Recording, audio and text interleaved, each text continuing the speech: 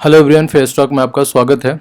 आज हम बेसिकली जानेंगे कि जो नैस्डैक फंड है, नैस्डैक इंटरनेशनल यूएस का जो जिसमें टॉप 100 यूएस के स्टॉक्स आते हैं, उसमें हमें इन्वेस्टमेंट अभी करना चाहिए या नहीं करना चाहिए, या फिर उसमें इन्वेस्टमेंट करने का क्या प्रोसेस है, आज वो हम दोनों जानेंगे। तो चलिए आज स्टार्ट करते हैं। फेयर स्टॉक में फेयर एनालिसिस में आपका स्वागत है।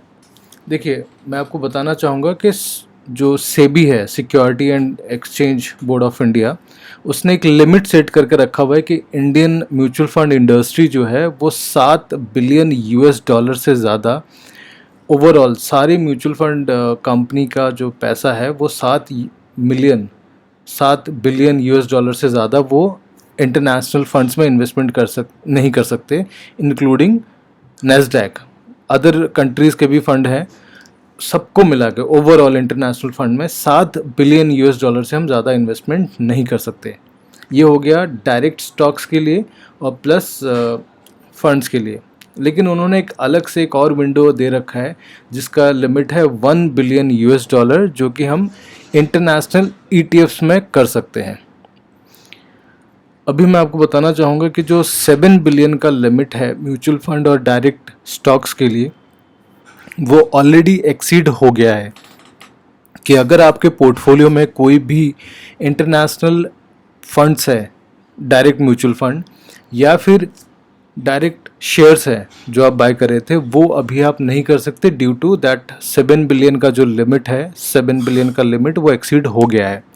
लेकिन जो 1 बिलियन एडिशनल ईटीएफ के लिए था, उसमें से अभी हाफ बिलियन के आसपास यूज़ ऑलरेडी हो चुका है और हाफ बिलियन अभी फ्री है। तो अगर कोई आप म्यूचुअल फंड में इन्वेस्टमेंट कर रहे हो और वो अगर फर्दर किसी ईटीएफ्स में कर रहा है, इंटरनेशनल ईटीएफ्स में, चाहे वो नैस्डैक हो या कोई इंटरनेशनल फंड्स हो, ऑफशोर चाइना हो, कोई भी आउट ऑफ इंडिया का कोई भी अगर फंड है, अगर वो ईटीएफ्स में कर रहे हैं तो आज भी उस ईटीएफ में आप इन्वेस्टमेंट कर सकते हैं। लेकिन mutual fund, international mutual fund और डायरेक्ट स्टॉक्स जो हैं इंटरनेशनल के, उसमें अभी आप नहीं कर सकते। तो ये हो गया लिमिट के बेसिस पे हमने बात कर ली। तो अब हम समझते हैं कि अभी हमें इंटरनेशनल फंड में इन्वेस्टमेंट करना चाहिए या नहीं करना चाहिए। तो चलिए, सबसे पहले मैं आपको नैस्डैक का जो ग्राफ है वो एक बार आपको दिखाता हूँ। पहले आप नैस्डैक इंटरनेशनल फंड के बारे में समझते हैं। अभी देखिए, अभी जब मैं रिकॉर्ड कर रहा हूँ, ये रात के 8:30 बज रहे हैं, तो अभी मार्केट ओपन हो जाता है इस टाइम पे। तो अभी देखिए, इसका पॉजिटिव रिटर्न चल रहा है। पिछले 1 महीने का नेगेटिव है, 6 मंथ का आप देखिए 28% नेगेटिव रिटर्न है। और लास्ट 1 ईयर का अगर मैं डेटा देखूं और अब पीक से लेके अगर मैं काउंट करूं, तो अराउंड सेम 29 के आसपास नेगेटिव रिटर्न है।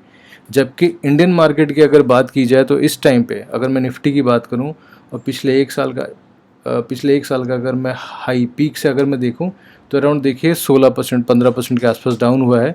जबकि इंटरनेशनल मार्केट ज़्यादा डाउन हुआ है, 30% डाउन हुआ है, मतलब आधे से भी ज़्यादा। तो इंटरनेशनल मार्केट अभी ज़्यादा करेक्ट हुआ है as compared to Indian market. लेकिन अगर पिछले 5 साल का अगर मैं रिटर्न देखूं, पिछले 5 साल में देखिए 100% इसने रिटर्न दिया है। मतलब अगर 5 साल पहले कोई इन्वेस्टमेंट करता तो उसका पैसा डबल हो जाता। तो वहीं पे अगर मैं निफ्टी के 5 साल का रिटर्न का बात करूं, तो पिछले 5 साल में 12% 60% रिटर्न दिया है, जो कि होता है साल का 12%।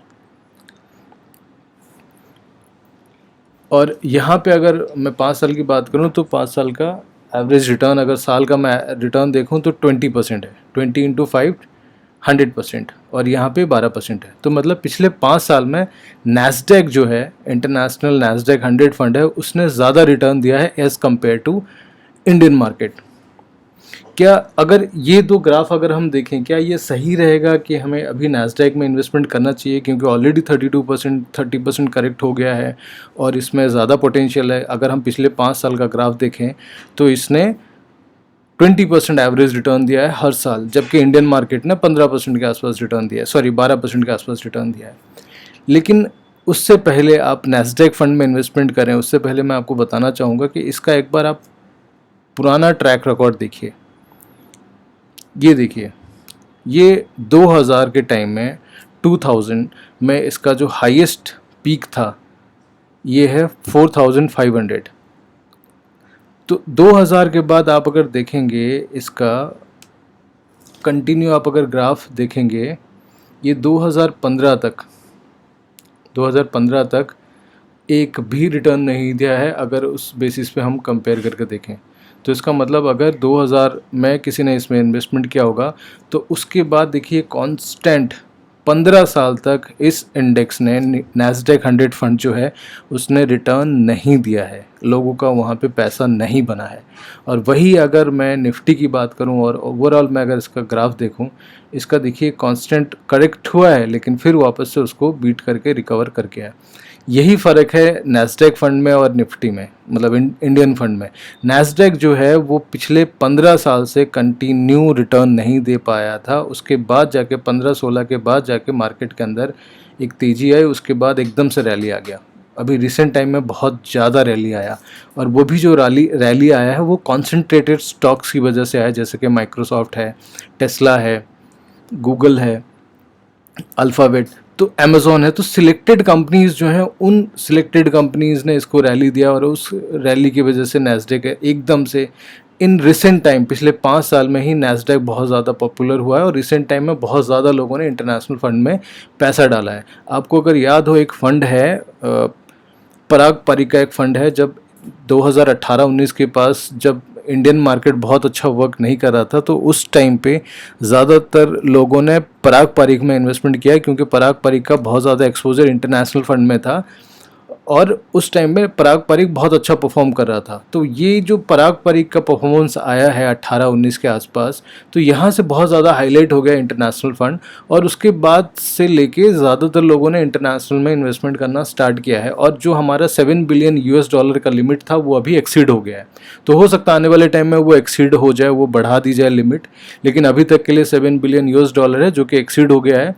लेकिन येस, इंटरनेशनल ETFs में अगर आप करना चाहते हैं तो ETF में आप कर सकते हैं, लेकिन मैं आपको यही बताना चाहूँगा कि अगर आप इंटरनेशनल फंड में इन्वेस्टमेंट करना चाहते हैं, खास करके नैस्डैक में, तो ये जो ग्राफ है इसे आप ज़रूर याद रखें, क्योंकि पिछले 15 साल 2000 से लेके 2015 तक इस फंड ने रिटर्न नहीं बना के दिया है, अगर इस पीक से मैं नेक्स्ट पीक तक की बात करूं। हाँ, समहाउ अगर मैं 2002 से लेके कंपेयर करता हूं, समहाउ रिटर्न बना है, राइट।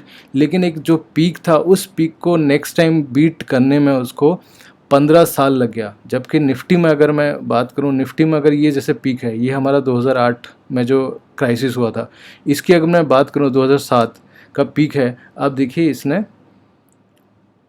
2007 से 13 तक इसमें बीट कर दिया। तो मतलब यहाँ पे रिकवर होने के चांसेस बहुत जल्दी हैं। इंडियन मार्केट जो है वो ग्रोइंग इकोनॉमी है, इमर्जिंग मार्केट है, और इसमें ग्रोइंग के चांसेस बहुत ज़्यादा हैं, ये रिकवर बहुत फास्ट करता है। नैस्डैक जो है वो रिसेंट टाइम में रिटर्न देना स्टार्ट किया, और देखिए करेक्ट भी बहुत ज़्यादा हुआ है, और हो सकता है और भी फर्दर करेक्ट हो।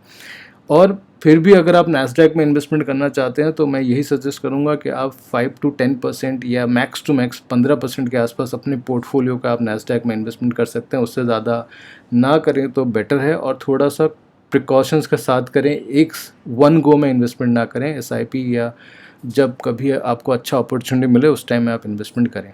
सो आज के लिए इतना ही। अगर वीडियो आपको अच्छा लगा तो इसे लाइक कीजिए, और वीडियो को शेयर कीजिए, और चैनल को सब्सक्राइब कर लीजिए। Thank you for watching this video.